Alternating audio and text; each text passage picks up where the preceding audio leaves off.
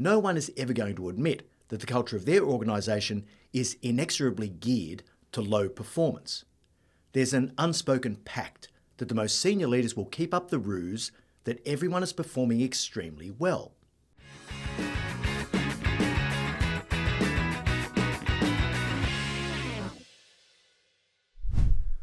Welcome to Moments with Marty, your short, sharp shot of leadership insight to help you stay on track between our weekly episodes of the No Bullshit Leadership podcast.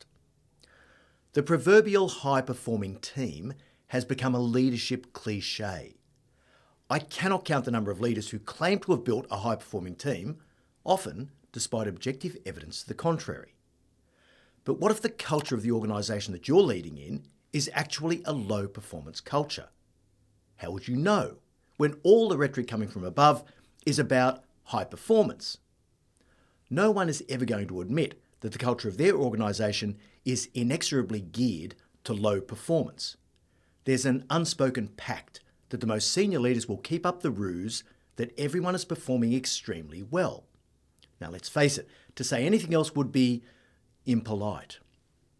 It's inordinately easier to get away with low performance in a non-competitive environment. It just is. Why? Because there are no market forces to keep the senior leadership honest. Government agencies come to mind, as do businesses that operate in regulated monopoly markets like the companies that deliver water and electricity and transportation infrastructure. There's no performance imperative because there's no alternative source of those products and services. Now often, this encourages the leadership to focus on increasing their operating budget allocation and protecting the status quo. Don't get me wrong, there are always great people in these organisations with strong work ethic and high standards and a desire to be the best they can be for their stakeholders. Unfortunately though, they exist in a culture that is, by its very nature, destined for low performance. Now I'm not saying this is the exclusive domain of government agencies and regulated monopolies by any means. It's a matter of degree, and like many things, there's a range of performance settings between the two bookends of a continuum. But without competition to keep an organisation sharp, it's really easy to see how the sheer insularity of its operating parameters can make it fat, dumb and happy.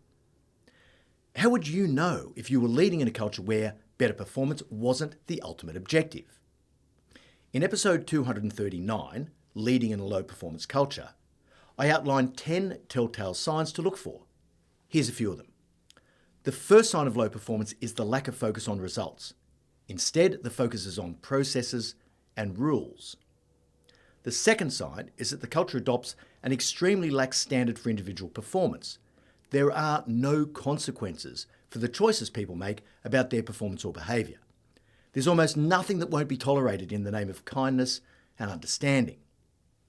The third sign is resistance to change.